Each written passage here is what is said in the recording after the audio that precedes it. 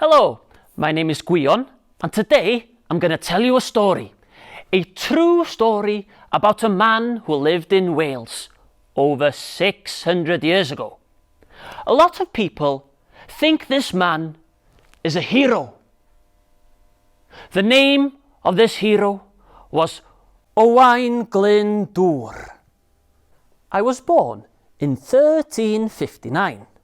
My father was a descendant from the princes of Powys family, and my mother, well, she came from the Deheubarth family, which meant I was a very important man, a very wealthy man, and I had plenty of money. And as a rich man, I lived in a very beautiful house called Sycharth in Glyndŵr, an area which is very close to the border between Wales and England. I owned plenty of land, I had servants working for me, and also I would invite poets over, and that would be a great excuse for a party and a little bit of entertainment. I had a big family, my wife, Margaret, and I had 11 children, 6 sons and 5 daughters. Life was wonderful in Sycharth. But I wasn't completely happy, no.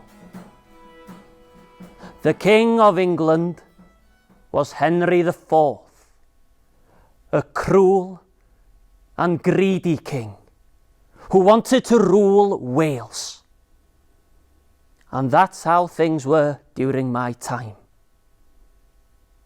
Now, this is the border between Wales and England.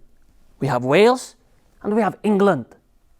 Many areas in Wales, especially those on the border between Wales and England, were being ruled by the marcher lords, greedy lords, and they would be taking our land from us, collecting more rent, getting richer by the minute. And this suited the king very nicely, because King Henry, he didn't like Wales because we were a different country with our own language and own culture. And Henry wanted to rule Wales. And one of these marcher lords who worked for Henry was called Reginald Grey, and he lived in Rhuthun. Now one day, Reginald Grey came over to Glyndŵr, and he tried to take away my land from me. So I decided to see the king to complain. Excuse me, King Henry, but Lord Grey is trying to take my land away from me, and that's not fair. It is me who should keep the land. But it's my land. You can't just take it away from me. I don't like the Welsh. Give the land to Reg. Give Reg the land. Give the land to Reg. Give the land to Reginald Grey. I had enough. So I decided to have a meeting with the people of Wales who felt the same way as I did. My people, we've suffered far too long under the rule of King Henry and his nasty marcher lords. And it's about time for us to raise our voices. That is why I give you my word today that I, Owain Glyndŵr, will fight and will battle until every castle in Wales flies the Welsh flag. And I'll be in charge of Wales, not King Henry.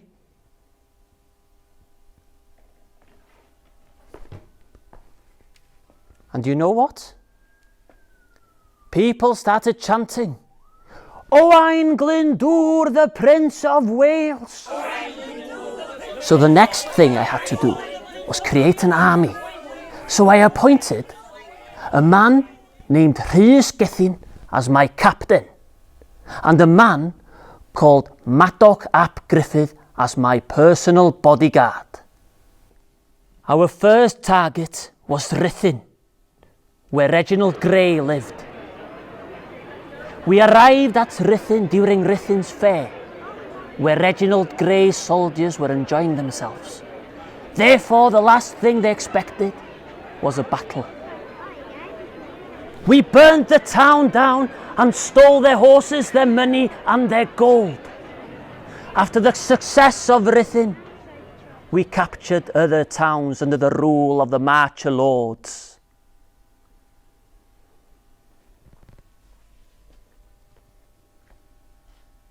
But when we arrived at Shrewsbury, King Henry kidnapped one of our men. His name was Gronwy ap Tudur. And do you know what he did to Gronwy ap Tudur? He cut his body into small parts and hung them along the border. His leg in Bristol, his arm in Ludlow,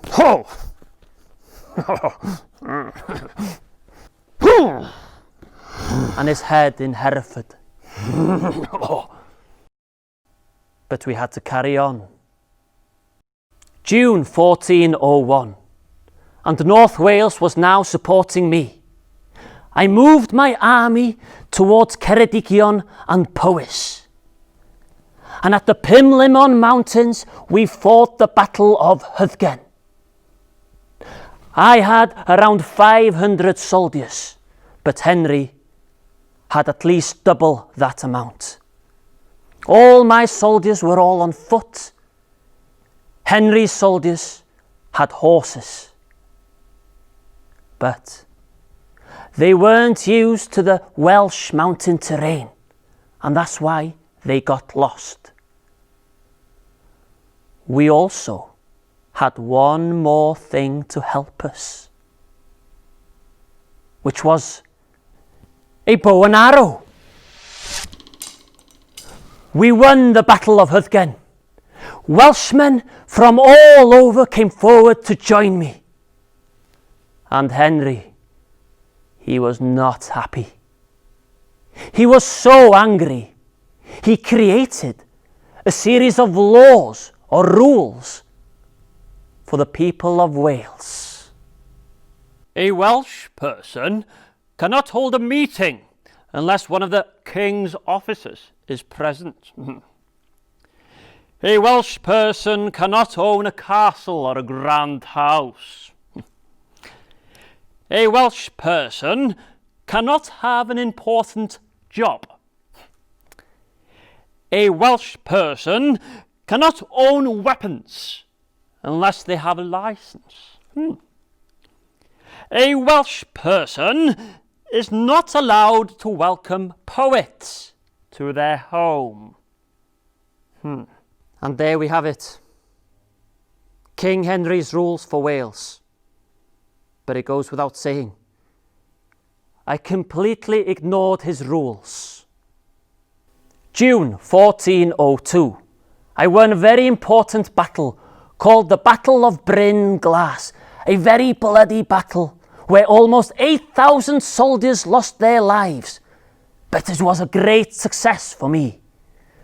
After the success of Bryn Glas, we won numerous towns all over Wales by capturing castles in Aberystwyth, Cydweli, Castell Newydd Emlyn and Harlech.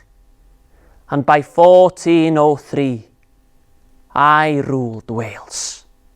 And King Henry had lost control. And he was afraid. Afraid of who? Well, me, of course. Owain Glyndŵr, the Prince of Wales. And that is when I decided to create Wales' first ever parliament. A place to create our own rules for our own country in Machynlleth, mid-Wales. It was a beautiful day, September 1404, when I led a grand procession along the streets of Machynlleth. The streets were packed with people shouting, Owain Glyndŵr, the Prince of Wales. My people, I stand before you today as the Prince of Wales, outside Wales' first ever Parliament. We now live in a new Wales. A Wales that's independent from England. And that is with your support, the people of Wales. Then in May 1405, my army fought the Battle of Pwllmelyn in South Wales. 1,500 Welsh soldiers lost their lives, including my son Griffith. After the huge loss of Pwllmelyn, people started to turn their backs on me. And one after the other, the English soldiers took back their castles. The castle of Aberystwyth, Carmarthen, Kidwelly, Newcastle Emlyn, and Carmarthen. But later on that year, 500 French soldiers sailed over to Wales to help me. You see, the King of France, Charles VI, and I became friends. And he was a very important man in my life. Dear Owain Glyndŵr, the Prince of Wales, me and my soldiers will help you against the King of England on one condition, that you follow the French Church and turn your back on the Church of England. Merci beaucoup.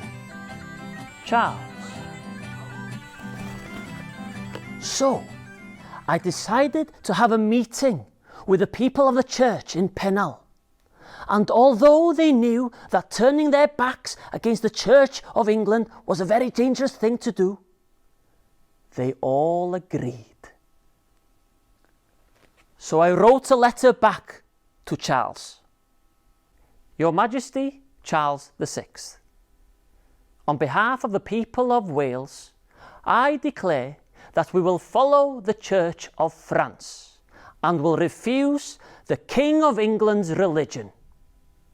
For Wales, I want 2 universities, one in the north and the other in the south. I want to create a free and independent Wales. Yours sincerely, Owain Glyndŵr, the Prince of Wales. And even though I tried to create a new Wales and had the support of France, the English army was taking more of our land. And by the end of 1407, I had lost everything. I lost my army, my home, which was Harlech Castle, and my family. They took my wife and my children and imprisoned them, and I never saw them again. I had no choice but to run away. I disguised myself as a shepherd. I travelled all over Wales on my own. One day, I was looking down on Sycharth, my first home, and all I could see were ruins.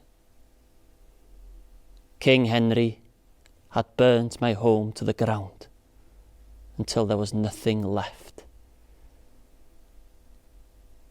I had no choice but to disappear, and nobody ever saw Owain Glyndŵr after that.